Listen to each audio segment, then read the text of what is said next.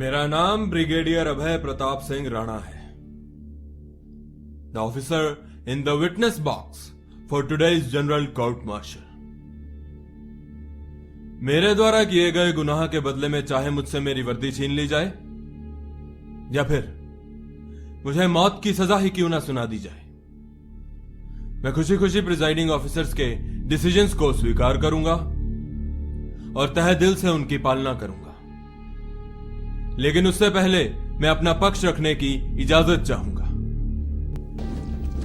26 नवंबर सन 1990 Syria और Israel के border पर अचानक दोनों देशों की सेनाओं के बीच आपसी तनाव की स्थिति पैदा हो गई।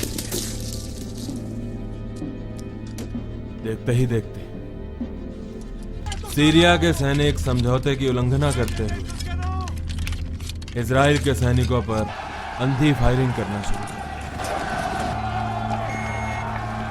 बदले में काउंटर फायर के ऑर्डर्स ना होने के कारण इजराइल के सैनिक जवाबी कार्रवाई करने की बजाय अपना बचाव करने लगे। जब दोनों देशों के मंत्रियों तक यह बात पहुंचती है तो आपसी बातचीत से इस मामले को शांत कर लेते हैं, लेकिन तब तक इजराइल अपने 46 जवान गंवा चुका होता है। इसका मतलब यह नहीं है कि इजराइल एक कमजोर मुल्क है। इजराइल के सैनिकों के पास बंदूकें तो थी, लेकिन उन्हें चलाने के लिए ऑर्डर्स नहीं थे।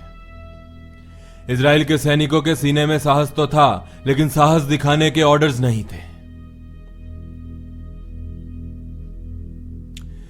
ठीक 5 साल बाद सीरिया ने यही घटिया हरकत अपने दूसरे पड़ोसी इराक के साथ,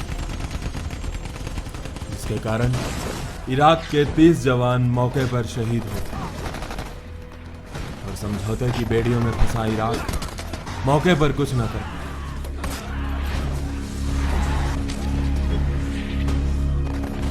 मैं जानता हूं इन सब घटनाओं का भारतीय सेना से कोई लेना देना नहीं है, लेकिन इन घटनाओं से भारतीय सेना को सीखने के लिए बहुत कुछ मिला। 15 सितंबर सन 2019 1500 आवर्स इंडो चाइना बॉर्डर पर अचानक दोनों देशों की सेनाओं के बीच आपसी तनाव की स्थिति पैदा हो जाती है। समझौते के अनुसार दोनों देशों में से किसी भी देश की सेना को गोली चलाने के आदेश नहीं थे, लेकिन फिर भी उन दो कोड़ी के चीनियों ने इंडियन आर्मी पर फायरिंग करना शुरू कर दिया। I'm really sorry for my language.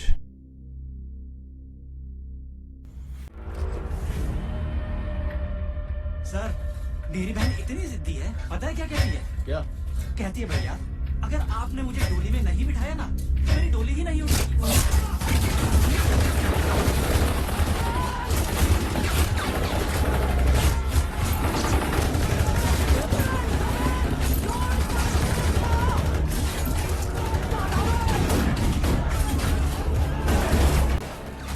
Major Vikram ने जैसे ही मुझे ओपन फायर की इंफॉर्मेशन दी,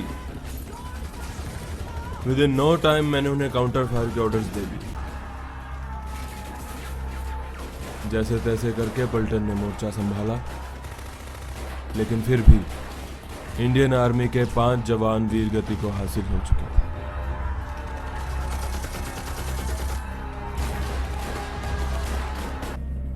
फिर अचानक 15 मिनट बाद मुझे मेजर विक्रम से इंफॉर्मेशन मिलती है। सर, चाइनीज ने आर्टी फायर शुरू कर दी है सर, लेकिन वो they are off target sir. I request arty fire, we can finish them sir. Artillery fire के लिए मुझे हाई कमांड से परमिशन लेने की जरूरत थी और हाई कमांड को मंत्री जी से परमिशन लेने की जरूरत थी। मैंने उसी वक्त हाई कमांड को इन्फॉर्म किया और उनसे आर्टिलरी फायर के लिए परमिशन मांगी।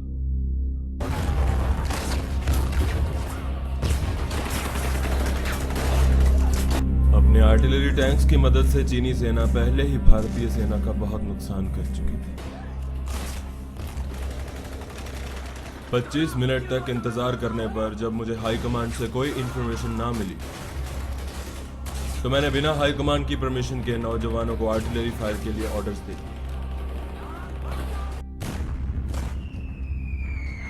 मैं जानता हूं कि मैंने नियमों की पालना नहीं की, लेकिन परिस्थितियों को देखते हुए दुश्मन को मौके पर जवाब देना बहुत जरूरी था। उधर इंडियन आर्मी ने अपने आर्टिलरी टैंक्स की मदद से दुश्मन सेना की आधी बटालियन को मौत के घाट उतार दिया था। और बहुत ही फक्र है मुझे इस बात पर कि इंडियन आर्मी ने दुश्मन को मौके पर मुंह तोड़ जवाब दिया। यह इजराइल या इराक नहीं है, यह इंडियन आर्मी है जो 2 का जवाब 4 और 4 का जवाब 8 से देना जानती है। मैंने कभी अपने अंदर डर की उत्पत्ति नहीं होने दी। जब कभी मुझे लगा कि मेरे अंदर डर पैदा हो रहा है तो मैं अपनी मां द्वारा दिए गए अपने नाम और विरासत में मिली गई अपनी गोत्र को याद कर लेता था। अभय प्रताप, जिसका मतलब होता है निडर, जिसे किसी बात का डर नहीं होता। सिंह यानी शेर, जो दुश्मन पर झपट्टा मारकर उसकी खाल उधेड़ने का साहस रखता है। और राणा खानदान के लाखों शेर अपने देश की मिट्टी के लिए दुश्मन की खाल उधेड़ने को तैयार बैठे हैं। ऑर्डर्स को फॉलो ना करते हुए मैंने जो गलती की, मुझे उस बात का बेहद दुख है, लेकिन साथ ही साथ मुझे इस बात का फक्र भी महसूस हो रहा है कि जंग के मैदान में मैं दुश्मन को कभी ना भूलने वाला सबक सिखा कर आया हूं। That's all officer.